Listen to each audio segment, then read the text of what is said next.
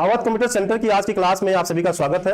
आज की क्लास में हम आपको कंप्यूटर फंडामेंटल के अंतर्गत बताएंगे क्लासिफिकेशन ऑफ कंप्यूटर के बारे में, कंप्यूटर का वर्गीकरण। क्योंकि हमारा जो कंप्यूटर है उसको हम साइज के अनुसार भी बांट सकते हैं, ठीक है, उसके टाइप्स के अनुसार भी बांट सकते हैं, एप्लीकेशन के अनुसार बांट सकते हैं, तो कई तरह से उसको हम बांट सकते हैं। तो उसी में हम आज पढ़ेंगे क्लासिफिकेशन ऑफ कंप्यूटर, कंप्यूटर का वर्गीकरण। हम जानेंगे कि कंप्यूटर को हम कितने वर्गों में वर्गीकृत कर सकते हैं। तो चलिए हम क्लास को शुरू करते हैं।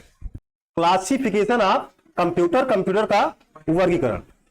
The computer system can be classified on the following basis. हमारा जो कंप्यूटर सिस्टम है उसको हम क्लासिफाइड कर सकते हैं, वर्गीकृत कर सकते हैं। किसके आधार पर? निम्नलिखित आधार पर हम इसको वर्गीकृत कर सकते हैं। On the basis of size, size के आधार पर, मतलब आकार के आधार पर हम कंप्यूटर का वर्गीकरण कर सकते हैं। दूसरा हम कर सकते हैं on the basis of work and performance, कार्य और प्रदर्शन के हिसाब से भी हम कंप्यूटर का वर्गीकरण कर सकते हैं। तीसरा है on the basis of purpose, उद्देश्य के आधार पर, मतलब कंप्यूटर लेने का उद्देश्य क्या है, कंप्यूटर को हम किस पर्पज से लेना चाहते हैं, किस पर्पज से हम यूज करना चाहते हैं, उनके आधार पर भी हम कंप्यूटर का वर्गीकरण कर सकते हैं। तो यहां पे हम सबसे पहले जानेंगे types of computer based on size, क्योंकि हमने 3 प्रकार के बताए हैं। तो हम जानेंगे साइज के आधार पर कंप्यूटर को हम कितने वर्गों में वर्गीकृत कर सकते हैं। On the basis of size computer are classified into following categories. Size के आधार पर कंप्यूटर को हम निम्नलिखित श्रेणी में वर्गीकृत कर सकते हैं। किस श्रेणी में? सुपर कंप्यूटर, मतलब साइज के आधार पर जो कंप्यूटर होता है वो क्या होता है? सुपर कंप्यूटर होता है, मेन फ्रेम कंप्यूटर होता है, मिनी कंप्यूटर होता है और माइक्रो कंप्यूटर होता है। मतलब आकार के आधार पर 4 प्रकार के कंप्यूटर हैं। कौन कौन से हैं? सुपर, मेन फ्रेम, मिनी और माइक्रो, जिसमें सुपर हमारा सबसे बड़ा कंप्यूटर है और माइक्रो कंप्यूटर हमारा सबसे छोटा कंप्यूटर है। तो चलिए हम जानेंगे सुपर कंप्यूटर के बारे में कि इसकी और क्या क्या विशेषता है। तो सुपर कंप्यूटर क्या है? Super computer very big in size. जो सुपर कंप्यूटर होते हैं आकार में बहुत ही बड़े होते हैं। सुपर कंप्यूटर आकार में बहुत बड़े होते हैं। These are fastest and the most expensive machine.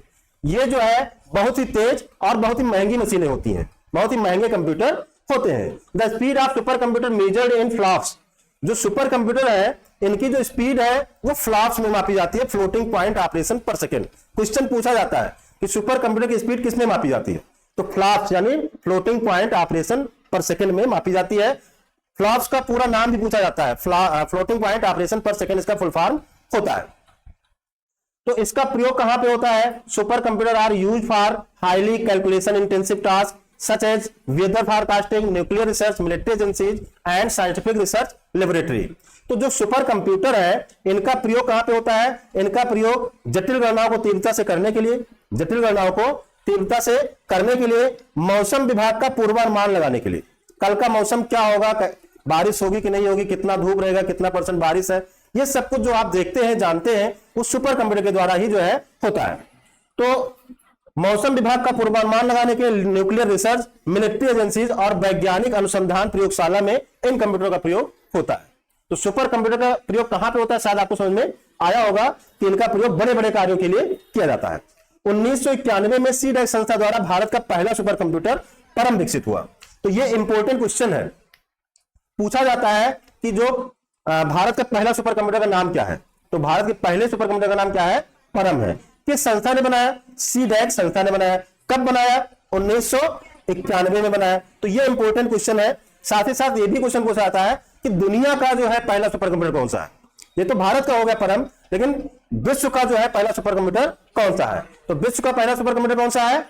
Kraven है। क्रेवन जो है दुनिया का पहला सुपर कंप्यूटर है। तो ये हो गया आपका सुपर कंप्यूटर। अब हम जानेंगे मेन फ्रेम कंप्यूटर के बारे में। तो मेन फ्रेम कंप्यूटर क्या है? Main frame computer can also process data at very high speed. These computer are comparatively bigger in size than mini computer but smaller than the super computer. जो main frame computer है, main frame computer की भी processing speed और storage capacity काफी तीव्र होती है, काफी तेज होती है। मतलब ज्यादा मात्रा में डेटा स्टोर करता है, प्रोसेसिंग स्पीड काफी तेज होती है। ये कंप्यूटर मिनी आकार से आकार में थोड़े से बड़े होते हैं, क्योंकि जो मेन फ्रेम है, मेन फ्रेम से छोटा मिनी होता है, तो मिनी से ये क्या होता है? थोड़ा सा बड़ा होता है और सुपर कंप्यूटर की अपेक्षा थोड़ा सा छोटा होता है। Main frame computer serve as backbone for the entire business world. Main frame computer are IBM 370, IBM S 390, Univac 1110। तो जो मेन फ्रेम कंप्यूटर है ये पूरे व्यवसायिक संसार में एक बैकबोन की तरह कार्य होता है। व्यवसायिक संसार में बैकबोन की तरह प्रयोग होता है, कार्य करता है, और इनका प्रयोग सामान्यतः बैंक, रेलवे और हवाई जहाज में होता है। मेन फ्रेम कंप्यूटर का प्रयोग कहां पे होता है? बैंक में, ठीक है, रेलवे में और एयरलाइंस में इनका प्रयोग किया जाता है। इसका उदाहरण है IBM 4381, IBM S 390, यूनिवैक 1110। ये सभी जो है इसके उदाहरण। तो सबसे बड़ा सुपर कंप्यूटर, उससे छोटा क्या है? मेन फ्रेम कंप्यूटर, और मेन फ्रेम से भी छोटा क्या है? Mini computer. तो मिनी कंप्यूटर क्या है? These computer are smaller in size and faster than micro computer. ये जो कंप्यूटर है मध्यम आकार के इन कंप्यूटर की कार्यक्षमता और कीमत दोनों ही माइक्रो कंप्यूटर की तुलना में अधिक होती है। माइक्रो कंप्यूटर की तुलना में अधिक होती है, जिसके कारण व्यक्तिगत प्रयोग में नहीं लाए जाते। ये जो आपका मिनी कंप्यूटर है ये व्यक्तिगत प्रयोग में नहीं लाए जाते हैं। इस प्रकार के कंप्यूटर पर एक या एक से अधिक व्यक्ति एक समय में एक से अधिक कार्य कर सकते हैं। ये जो कंप्यूटर है इसमें एक समय में एक से अधिक व्यक्ति कार्य कर सकते हैं और एक से अधिक कार्य कर सकते हैं। मतलब ये मल्टी यूजर मल्टीटास्किंग है। इनका उपयोग प्रायः छोटी या मध्यम स्तर की कंपनियां करती हैं। मिनी कंप्यूटर की गति 10 से 30 मिलियन इंस्ट्रक्शन पर सेकंड होता है। तो यहां पे पूछा जाता है कि जो आपका मिनी कंप्यूटर है इसकी स्पीड किसमें मापी जाती है? तो MIPS का पूरा नाम पूछाता है, मिलियन इंस्ट्रक्शन पर सेकंड होता है। इसके उदाहरण है HP 9000, RSC 6000, bull HN DPZ2, AS400, PDP-8, और PDP का पूरा नाम भी पूछा जाता है, प्रोग्राम डेटा प्रोसेसर। जो कुछ हम आपको क्वेश्चन बता रहे हैं इसको विशेष ध्यान देना। वीडियो भी आप लोग दोबारा देखिएगा, वहां से इस चीज को फिर से नोट करिएगा, जो हम आपको क्वेश्चन बता रहे हैं कि ये क्वेश्चन पूछा जाता है। इसके बाद है माइक्रो कंप्यूटर। माइक्रो का मतलब ही होता है छोटा, सबसे छोटा, या हम कहते हैं सूक्ष्म। ठीक है, तो माइक्रो कंप्यूटर क्या है? The invention of micro processor single chip CPU gave birth to the much cheaper micro computer. These are classified into 3 categories. तो चौथी पीढ़ी में आपको माइक्रो प्रोसेसर पढ़ाया गया था। चौथी पीढ़ी में आपको जनरेशन पढ़ाते समय हमने आपको बताया था कि कंप्यूटर में 5 जनरेशन है, 5 पीढ़ियां हैं। पहली पीढ़ी में वैक्यूम ट्यूब का प्रयोग किया गया था, यानी वाल्व का प्रयोग हुआ था। दूसरी पीढ़ी में ट्रांजिस्टर का प्रयोग हुआ। तीसरी में IC का प्रयोग हुआ। चौथी में माइक्रो प्रोसेसर का प्रयोग हुआ, और पांचवी में AI आर्टिफिशियल इंटेलिजेंस का प्रयोग हुआ। तो जो चौथी पीढ़ी में माइक्रो प्रोसेसर यूज हुआ उसकी वजह से बहुत बड़ी क्रांति आ गई कंप्यूटर में। बड़ी क्रांति क्या आई? माइक्रो प्रोसेसर की वजह से हमारा जो कंप्यूटर पहले बहुत बड़े बड़े होते थे वो जो है इतने छोटे हो गए कि हम उनको एक मेज पर स्थापित कर सकते हैं, हम गोद में रख सकते हैं, हम हाथ में लेकर चल सकते हैं, हम जेब में रख सकते हैं, और यहां तक कि आज जो कंप्यूटर है वो मोबाइल के रूप में भी घड़ी के रूप में भी उपलब्ध है। कंप्यूटर घड़ी के रूप में भी उपलब्ध है। तो ये जो कुछ हुआ ये माइक्रो प्रोसेसर की देन है। तो वही चीज बताया गया कि माइक्रो प्रोसेसर के आविष्कार, यानी सिंगल चिप CPU भी कहते हैं, माइक्रो प्रोसेसर को ही क्या कहा जाता है? CPU कहा जाता है।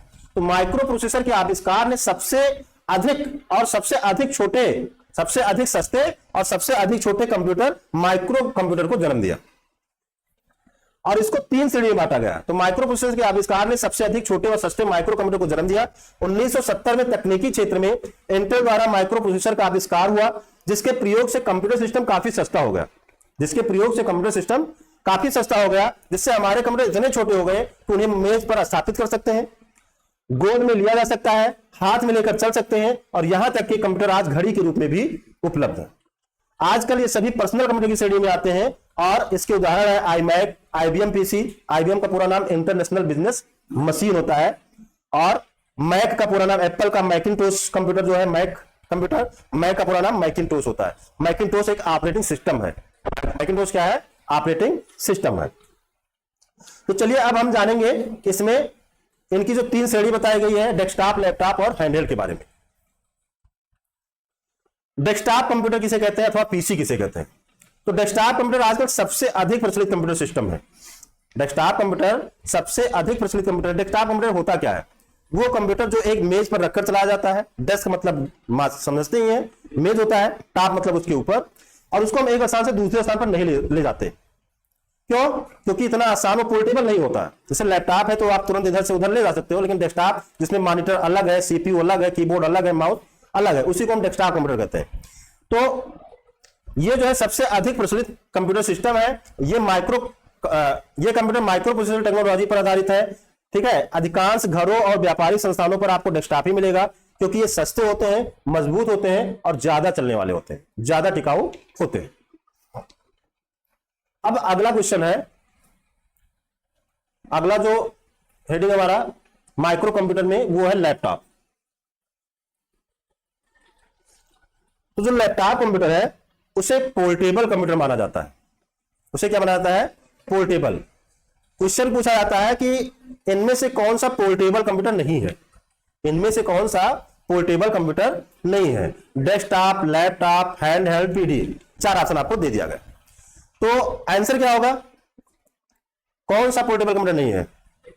डेस्कटॉप।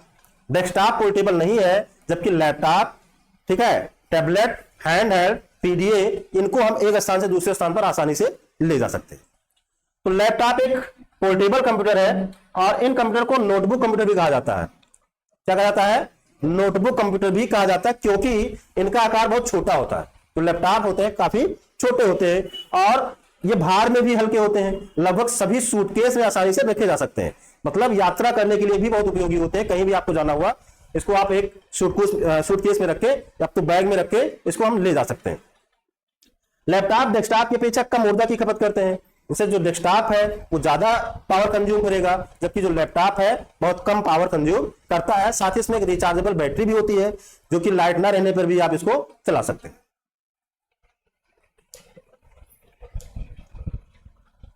अगला है माइक्रो कंप्यूटर के अंतर्गत ही हैंडहेल्ड कंप्यूटर, जिसे हम पाम टॉप भी कहते हैं।